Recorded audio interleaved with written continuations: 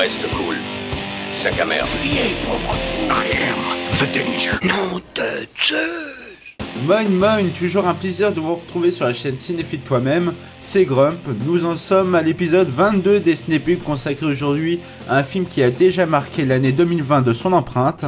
Un film dans lequel, si j'avais été figurant, on m'aurait sûrement viré car j'aurais éternué sur l'objectif de la caméra à la 17ème minute d'un plan séquence. Alors attention au spoil car ceci n'est pas une critique de 1917 ou 1917. Vous avez un frère au 2e bataillon. Oui, mon général. Ils vont tomber dans un piège. Vous avez ordre de leur remettre un message annulant l'assaut de demain matin. Si vous échouez, ce sera un massacre. Bon Dieu, il est impossible de trouver un extrait potable. Avant de commencer, je souhaitais rendre hommage à ce film en réalisant cet épisode en m'interdisant de refaire les prises ratées. On est mal. Et oui, ce qui veut dire que vous allez très probablement m'entendre bafouiller en tentant de prononcer des mots comme abracadabrantesque, camionnette, Marlène Schiappa, ou encore acide, je me suis entraîné tout à l'heure, faut que j'arrive, acide désoxyribonucléique, bon, c'est à peu près ça. Remarquez, ce dernier, il y a peu de chances quand même qu'on l'utilise à bon escient, déjà dans cet épisode, puis dans l'entièreté de ma vie, parce que c'est quand même assez compliqué. Alors qu'en revanche, Marlène Schiappa, je vous cache pas qu'il y a un risque durant cet épisode, vu le nombre de femmes présentes dans le film, disons qu'on n'en est pas 50-50. Mais c'est normal, c'est contexte, c'est comme ça. En revanche, je m'autorise quand même à couper au montage des moments où je me répète, où je raconte un peu de la merde, soit 90% du temps. Ah, c'est rigolo ça, hein? De toute façon, si vous n'êtes pas content, je rappelle que ceci n'est pas une critique. Clin d'œil. On se marre bien, hein. Allez, réalisé et coécrit par Sam Mendes, sorti le 15 janvier 2020 et durant près de 2 heures, 1917 nous raconte l'histoire d'un ordre transmis d'un général à un colonel par les caporales. Les caporaux? Les caporales, Scofield et Blake, interprétés par George Mackay et Dean Charles Chapman. J'adore dire son nom à lui. Dean Charles Chapman. C'est trop classe. En effet, ceux-ci doivent impérativement transmettre un ordre d'annulation d'attaque au colonel Cumberbatch. Yes, j'ai réussi à le dire du premier coup, même pas besoin de refaire la prise. De toute façon, je me suis dit que j'ai pas le droit de le faire, je suis en train de bafouiller, j'ai tout gâché. Vite, on continue le résumé. Avant que celui-ci envoie, donc le colonel Cumberbatch, yes, j'ai réussi à le dire, avant que celui-ci envoie ses hommes et le frère du caporal Blake vers une mort certaine. Ils ont moins de 24 heures pour réussir cet exploit en se faufilant dans les lignes allemandes. Spoiler alerte, Blake meurt environ 45 minutes irréel après avoir accepté la mission qui, sur le papier, est ridicule. Scofield va alors réussir la mission comme un grand et limiter les dégâts. Pour couronner le tout, il va même rencontrer Joseph, le frère de Blake, qui est sain et sauf, en lui annonçant la terrible nouvelle. Ça aurait été trop drôle si ils avaient juste... ouais, voilà, j'ai raté. Je suis obligé de refaire ma blague, c'est nul. J'ai raté au moment de la blague.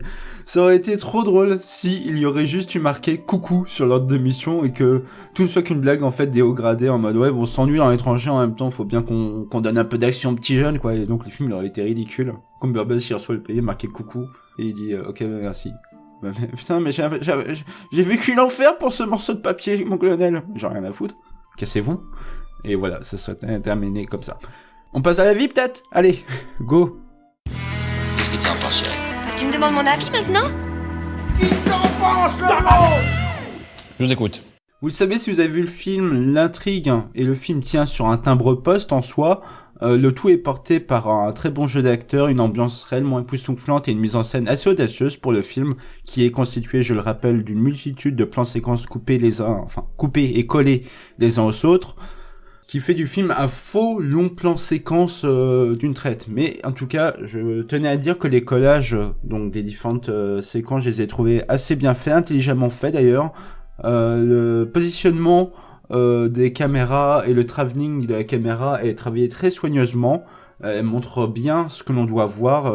Par exemple, je me rappelle surtout de l'intro qui se passe dans les tranchées où, comme ils sont ensemble, il y a le dialogue entre Blake et Scofield, et la caméra se tourne selon sur qui est portée l'action. Si jamais à un moment Blake, on le voit motivé pour aller sauver son frère, la caméra va se mettre plutôt devant lui, on va le voir avancer de manière très volontaire, alors que si à un moment on veut plus se concentrer sur Scofield qui essaie de suivre et qui a l'air un peu terrifié, la caméra va se mettre derrière lui et on va le voir des fois se retourner en mode ouais, j'ai peur mais je suis quand même, go, allez on y va, genre j'étais pas prêt, et c'est assez bien amené à chaque fois.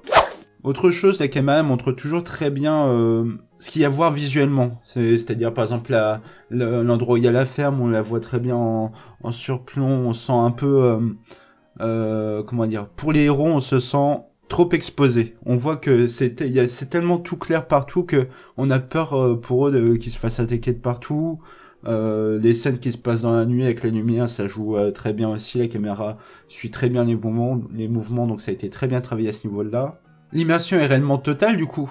La traversée des différents décors est couplée avec une gestion du rythme est assez folle pour le coup. Ça enchaîne bien les moments de tension, d'émotion, de repos. Le tout est tout à fait bien imbriqué et on sent qu'il y a eu, plus que sur d'autres films, je le pense, un gros travail de préparation, de storyboarding, de où est-ce qu'on allait mettre la caméra et tout. Enfin, on sent que ça a réellement été pas fait à la légère. Et une fois qu'ils sont arrivés, qu'ils ont filmé, quoi, ils ont dû être ultra contents de voir que ça marchait, quoi. Et puis même au montage final, et une fois qu'on voit le film, on ressent tout le travail qui a été porté dessus. Pas comme Fonzie, rien à voir comme comparaison, mais il fallait le dire. Hein. La photo, elle est sublime, réaliste. Elle est gérée d'un bout à l'autre du film de toute façon. C'est clairement un film à voir au cinéma, comme finalement tous les films de guerre globalement, qui jouent beaucoup sur la photo et l'ambiance, et des films qui se vivent au cinéma. C'était un film techniquement difficile à réaliser pour Sam Mendes, mais l'une des plus grosses galères pour l'équipe de tournage était causée par un briquet qui ne voulait pas s'allumer au bon moment lors d'une scène. Elle nécessitait plusieurs prises. Ce problème mineur a entraîné le gaspillage de la meilleure partie d'une journée de tournage. Dans ce film, il y a énormément de scènes marquantes, et certaines m'ont plus marqué que d'autres, notamment la scène du No Man's Land au début, où vraiment nos deux héros rentrent dans l'action, rentrent dans la tension. Une fois qu'ils ont passé les barbelés et qu'ils sont sur cette esplanade entre guillemets, il y a beaucoup de tension, on se sent oppressé pour eux parce qu'en plus il y a un brouillard alors qu'on est en extérieur, donc j'ai trouvé ça très très bien fait. Et en plus on voit plein de cadavres, plein de rats, enfin vous avez vu le film donc j'ai pas besoin de le dire. Le village avec le coup de la fusée le village qui est dans le noir, qui est complètement dévasté avec le coup de la fusée éclairante ou fusée de détresse, je ne sais pas trop comment on peut appeler ça, est magnifique. La gestion du mouvement de la fusée et donc de la lumière est très très bien réussie. Autre scène qui m'a marqué, le chant du soldat qui interprète Wayfaring Stranger. Vous savez la chanson qui fait bon, vous savez quoi, j'ai une idée pour vous transmettre au mieux toute l'émotion que dégage cette chanson. C'est l'heure de la chronique surprise.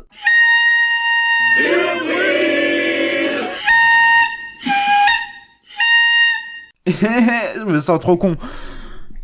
Alors, dans cette chronique surprise qui porte bien son nom, je vais vous interpréter Wayfaring Stranger à l'automaton.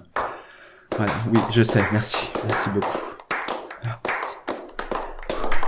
c'est parti.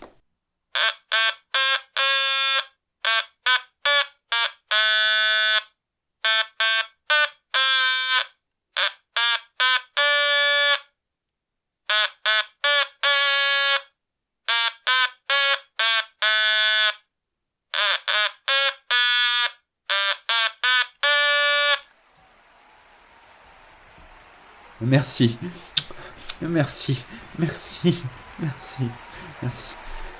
Ça vous ennuie si je me taille les veines? Voilà, c'était la chronique surprise.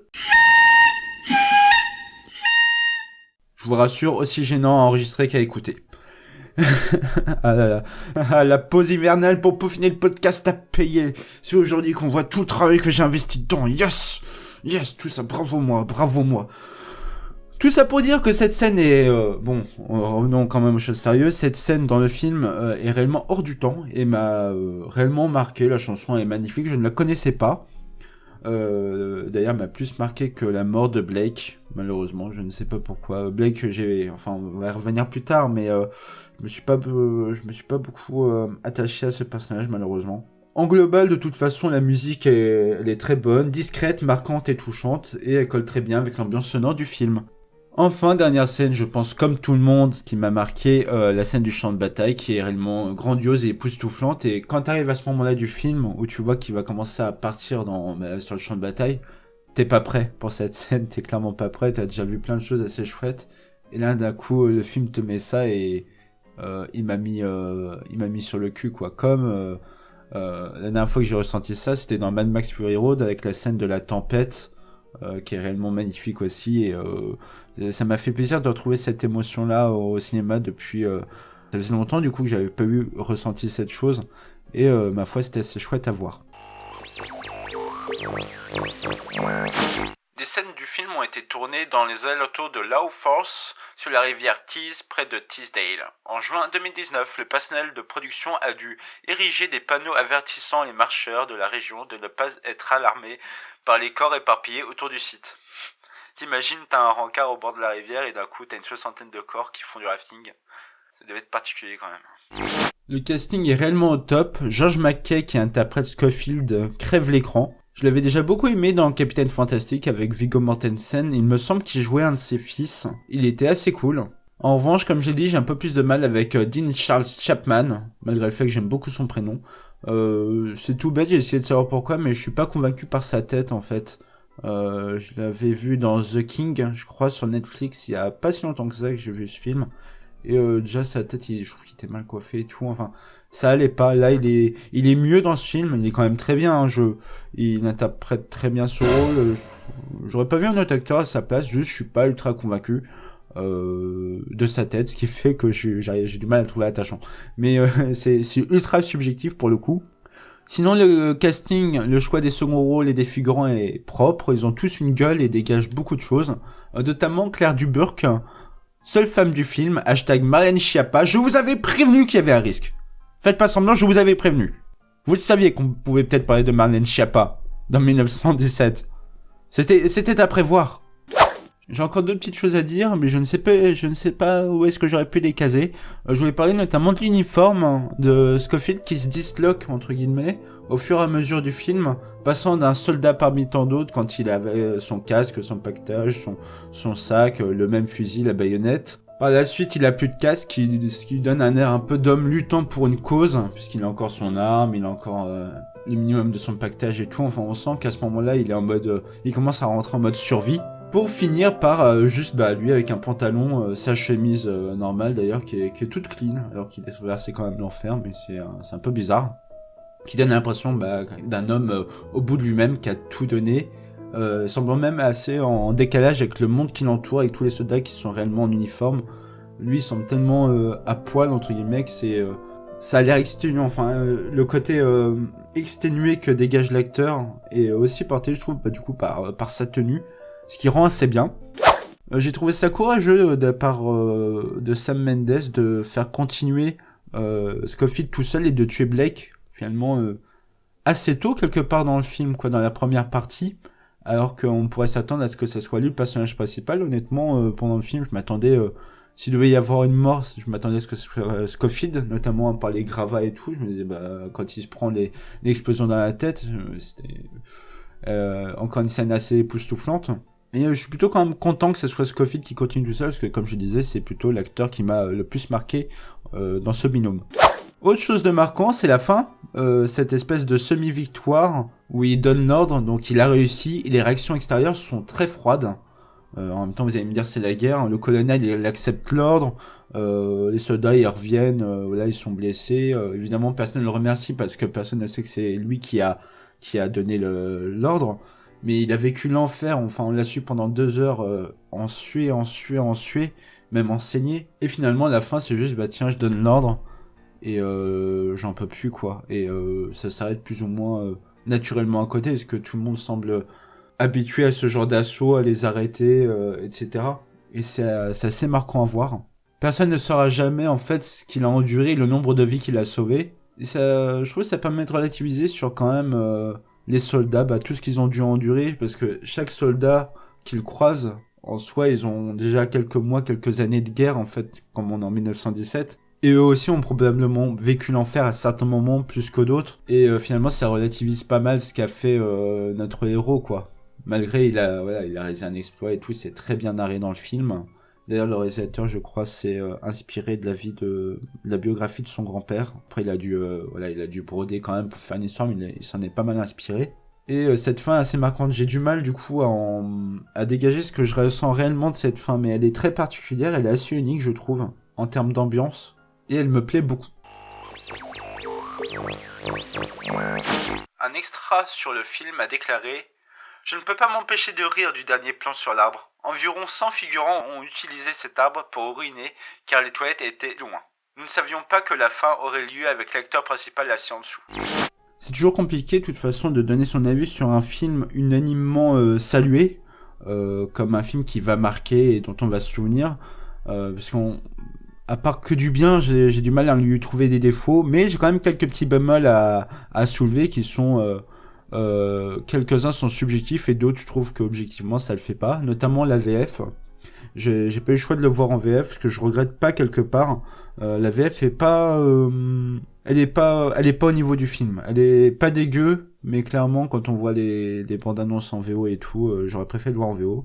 Et du coup, pourquoi ça me déplaît pas de l'avoir en VF, c'est que je sais que je pourrai le redécouvrir un jour en VO, et je pense que je prendrai une claque encore plus grande. La scène où Scofield saute dans l'eau et on le voit en fait tomber donc en CGI, je l'ai trouvé assez ratée, assez moche. Ça dénote avec le reste. Elle fait fausse quoi. Elle a été mal réalisée, mal animée je trouve. Et enfin là encore, par contre là c'est très très subjectif. Parfois je me suis un peu ennuyé dans le film. Mais ça fait partie du ton du film que des fois on voyait juste nos héros parler entre eux ou des petits moments de vie ou des petits moments de repos. Ça permet de mieux relancer l'action derrière, mais en soi du coup je l'enlèverai pas du tout, c'est juste que des fois je me suis un peu ennuyé, mais dans le global du film c'est normal, et heureusement d'ailleurs. Rien n'est à changer car... Bref... Comme on peut l'entendre dire et voir écrit un peu partout, c'est un chef-d'œuvre. C'est réellement un chef-d'œuvre ce film. Il est dans la lignée, si ce n'est plus, des films tels que Il faut sauver Soldat Ryan, Fury, Tu ne tueras point. C'est un vrai film imaginé, créé et fait avec beaucoup d'envie, de cœur, avec des messages forts et en plus avec une technique mise en avant que j'adore, le plan séquence. C'est réellement la chose que... j'aime trop les plans séquences. J'adore quand on en abuse et quand c'est bien fait. Je trouve que c'est un art encore à part du cinéma après. C'est un truc additionnel, mais pour moi c'est fabuleux. Une réalisation et une écriture qui m'a montré qui était Sam Mendes et qui me donne envie d'en savoir plus sur cet homme et de le suivre. Et dire qu'il y a une semaine, je parlais de Fonzie. Bon, mon challenge est plutôt réussi, je crois. J'ai pas trop bafouillé, un peu quand même. Mais bon, fallait se lancer. Voilà, et voilà, j'ai foiré à la fin, du coup, je rebafouille. J'avais envie de me lancer, mais clairement, c'est la dernière fois parce que ça a dû casser un peu le rythme de temps en temps. Mais ça fait du bien aussi, des fois, d'avoir que le côté naturel des personnes. Bref, je commence à raconter de la merde. En tout cas, je vous remercie d'avoir suivi cet épisode jusqu'au bout. Je vous dis à la prochaine. Gros bisous.